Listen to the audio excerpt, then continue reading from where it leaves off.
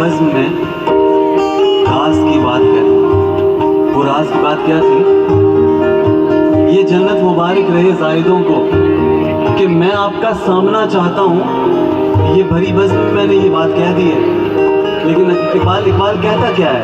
कहता है ये मैंने कह दिया कि ये जन्नत मुबारक रहे ज़ाहिदों को कि मैं आपका सामना चाहता हूँ। अब इस शेर में सुनिए, कहता है भरी